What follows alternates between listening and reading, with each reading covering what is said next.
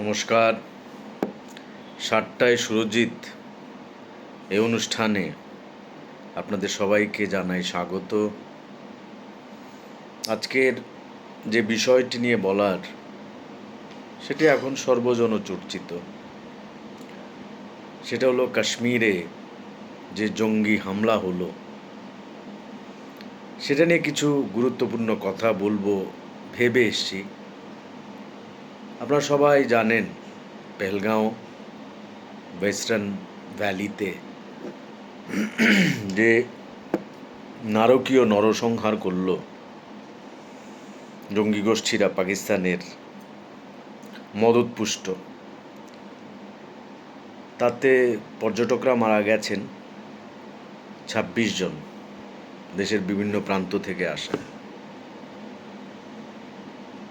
আমি মূলত যে বিষয়টা বলতে চাই তাতে হলো যে ওই পর্যটকদের মধ্যে একজন মুসলিমও ছিল। এটা একটা ইম্পর্ট্যান্ট বিষয়, যেটা জানি না মিডিয়া কেন এটাকে ইগনোর করছে কিংবা সেরকম এমফেসিস দেয়নি।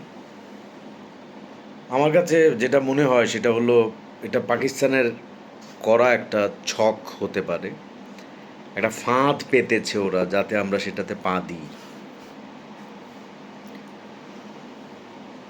বিষয়টা হলো জাতি তত্ত্বের ভিত্তিতেই তো দেশ বিভাগ হলো। তো এখন সেই দেশ বিভাগের কুফল আমরা ভুগছি। এত বছর ধরে কাশ্মীরের কোনো সমাধান হচ্ছে না। তো যখন হিন্দু কিনা এটা জিজ্ঞেস করে যখন বারবার হত্যা করা হলো পর্যটকদের, আমার মনে হয় এটা ডেলিভারেট।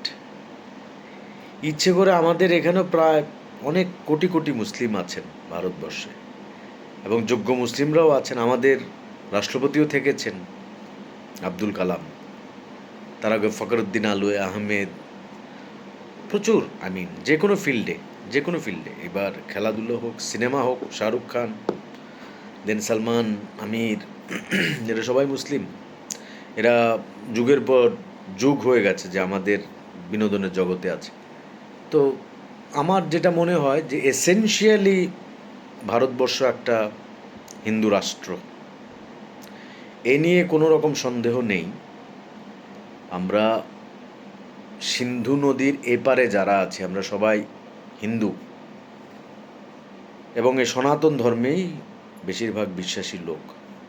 হিন্দু রাষ্ট্র হওয়ার ক্ষেত্রে কোনো আপত্তি নেই। যেরকমভাবে অনেক ইউরোপিয়ান কান্ট্রি আছে যেগুলো বেসিক্যালি ক্রিশ্চিয়ান, কিন্তু ওখানে একটা কসমোপলিটান ব্যাপার স্যাপার থাকে, সব ধর্মের লোকজনও থাকে, কিন্তু তাদেরকে আমি কখনো দেখিনি যে দে আর ইগনোরিং দ্য মেজরিটি, কিংবা তারা মেজরিটিদের ছাপিয়ে কোনো কথা বলছে, এরকম আমি দেখিনি।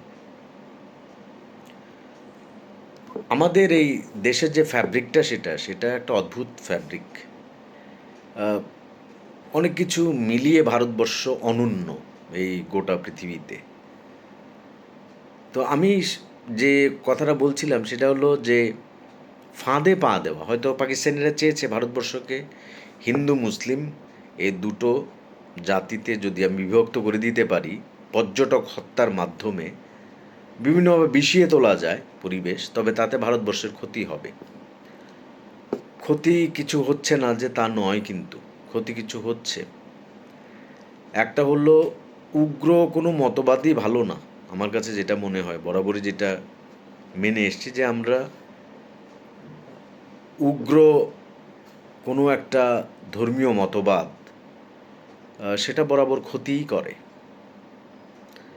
এখন প্রশ্নটা যেটা হলো সেটা হলো পেহেলগাঁওয়ের বিষয়টা হলো আমাদের দেশের নেশন, যেটা একটা আমাদের অবভিয়াসলি ফিজিক্যাল বাউন্ডারিজ আছে, তা সত্ত্বেও ফিজিক্যাল ছাড়াও আমার কাছে দেশ হলো একটা সত্তার মতো, একটা এন্টাইটির মতো।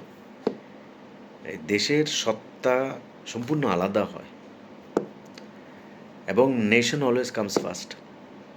আজকে যে ভয়ঙ্কর অ্যাটাক হলো, সেটার তো পরিণতি ভয়ঙ্কর হবেই, এটা পাকিস্তানও ভালো করে জানে। আপনার এর মধ্যে শুনেছেন কিছু কিছু ব্যবস্থা নিয়েছেন আমাদের ভারত সরকার, যে তাদেরকে জল বন্ধ করে দেওয়া হবে, সিন্ধু নদীর জল।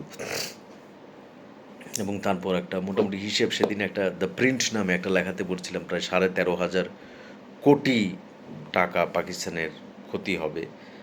তো সেটা ওই হাতে না মেরে ভাতে মারা, সেটাও হবে।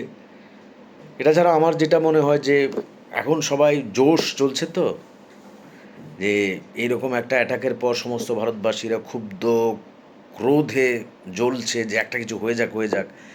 কিন্তু ইন্টারন্যাশনাল কিছু ব্যাপার স্যাপারও থাকে, আন্তর্জাতিক আইন কিছু আছে, দুম করে তো আর পাকিস্তানকে দখল করা যায় না। আমার যেটা গাট ফিলিং সেটা হলো যে এবার বোধহয় পাক অধিকৃত কাশ্মীর আর পাকিস্তানের দখলে থাকবে না। আমার কাছে সেটা বোধ হচ্ছে না, কারণ হলো অনেক আমরা কাশ্মীর নিয়ে ভুগছি। এটার একটা স্থায়ী সলিউশন যেটা, সেটা হবে এই যে ডায়ালগের মাধ্যমে, এটা আমার কোনো দিনই মনে হয়নি। Pakistan would not understand the language of dialogue. তো কাজেই তাদেরকে সাঁড়াশি আক্রমণই করতে হবে, হাতে না মেরে ভাতে মারা, পাশাপাশি হাতেও মারতে হবে। এবং এটা অ্যাসিওর্ড, আপনারা মিলিয়ে নেবেন যে পিওকেতে, পাক অধিকৃত কাশ্মীর, কাশ্মীর যেটা অন্যায়ভাবে দখল করে আছে পাকিস্তান, সেই জায়গাতে যত জঙ্গি শিবির আছে, আমার মনে হয় না আর একটাও থাকবে বলে। এবারে সেটা গুঁড়িয়ে যাবে। অ্যান্ড মাইন্ড ইট, এইবারের যে আমরা তাদেরকে যেটা আমরা দিতে যাচ্ছি, পাকিস্তানকে যেটা আমরা দেব, সেটা আমার মনে হয় না যে একদিনে শেষ হবে। এটা তিলে তিলে নাশ করবে পাকিস্তানকে, মিলিয়ে নেবেন। এবং it will go on and on, on and on. বছরের অন্তত 1 বছর তো চলবেই, কিছু না কিছু একটা চলতেই থাকবে সবসময়। Either this or that, either army attack or other sort of financial sanctions, trade, business, commerce, কিছু না কিছু অ্যাটাক টানা চলতে থাকবে। এটা আমার বিশ্বাস। আমাদের যে কথার জন্য এখানে বলতে আসা, সেটা হলো আমাদের এই সুন্দর ফ্যাব্রিক যেটা আছে, হিন্দু এবং মুসলিমরা কোটি কোটি মুসলিম আছে। I mean we have got more than 30 crores Muslims in India, বেশি না হলে। তো তাদেরকে দুম করে উড়িয়ে দেওয়া যায় না, তাদেরও একটা বড়সড় সে আছে, আমাদের দেশ গঠনেও তাদের ভূমিকা আছে। কিন্তু দ্য এলেক্সের, the crux of the matter যেটা হলো, বেসিক্যালি হিন্দু রাষ্ট্রের মধ্যে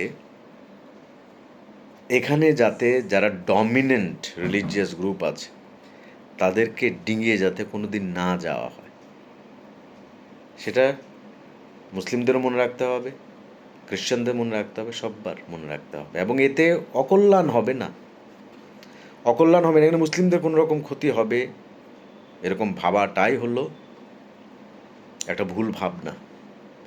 এভাবে আমরা রয়েছি, এভাবে আমরা থাকব, এবং তাতে ভারতবর্ষ যেরকম ছিল তার চেয়ে আরও অনেক অনেক বেশি ওপরে উঠবে। And this the time. এই কথাগুলো বলার ছিল। সবাই ভালো থাকবেন। নমস্কার।